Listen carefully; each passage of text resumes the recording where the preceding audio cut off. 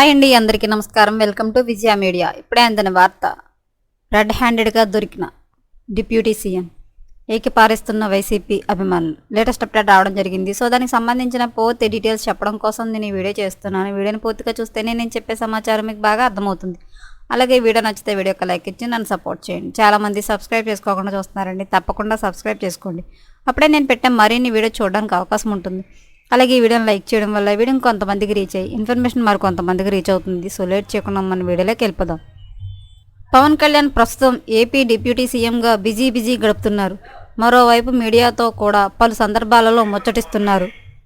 అయితే ముచ్చిమరి గ్రామానికి చెందిన వాసంతి విషయం గురించి పవన్ కళ్యాణ్ని మీడియా ప్రశ్నించింది. దీనికి సమాధానంగా స్పందించిన పవన్ దాని గురించి చదవడం తనకు తీవ్ర దిగ్భ్రాంతిని కలిగించిందని, నేరస్తులు కూడా మైనర్లే అని అన్నారు. ఇది శారీరక విద్య గురించి కాదు, యువకుల మనసులను భ్రష్టుపట్టిపోతున్నాయని తెలిపారు. అలానే యువకుల మనసులు అనేక కారణాల వల్ల చెడిపోతున్నాయి.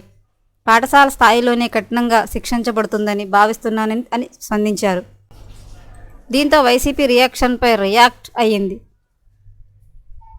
అంత దారుణమైన ఘటన జరిగితే డిప్యూటీ సీఎం పవన్ కళ్యాణ్ స్పందించిన తీరును తప్పుపట్టింది. రాష్ట్రానికి డిప్యూటీ సీఎంగా ఉంటూ జరిగిన సంఘటనకు బాధ్యత తీసుకోవాల్సింది పోయి నేను పేపర్లో చదివాను అని చెప్పడం ఏంటి? పవన్ కళ్యాణ్ రాష్ట్రంలో ఆర్డర్ గురించి పట్టించుకోవాల్సిన అవసరం లేదా నీకు అని ప్రశ్నించింది. మరి దీనిపై పవన్ కానీ జనసేన నాయకులు కానీ ఏమైనా స్పందిస్తారా అనే చూడాలి.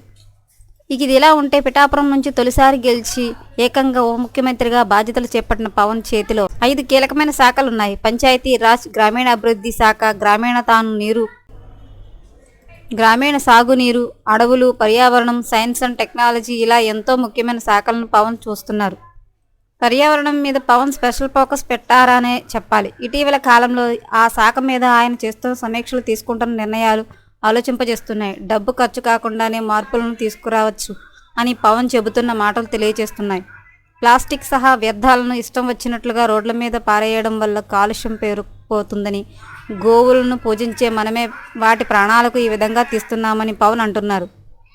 ప్లాస్టిక్ వంటి వ్యర్థాలను తిని ఆవులు అలా మృత్యువాత పడుతున్నాయని కూడా పవన్ అంటున్నారు. అలాంటి వ్యర్థాలను కనుక రీసైక్లింగ్ చేసి వినియోగించుకుంటే ఎంతో మేలు జరగడమే కాకుండా సంపద సృష్టి జరుగుతుందని ఆయన చెబుతున్నారు. ఎప్పటికప్పుడు మరిన్ని లేటెస్ట్ అప్డేట్ల కోసం మన ఛానల్ తప్పకుండా సబ్స్క్రైబ్ చేసుకోండి. Thanks for watching.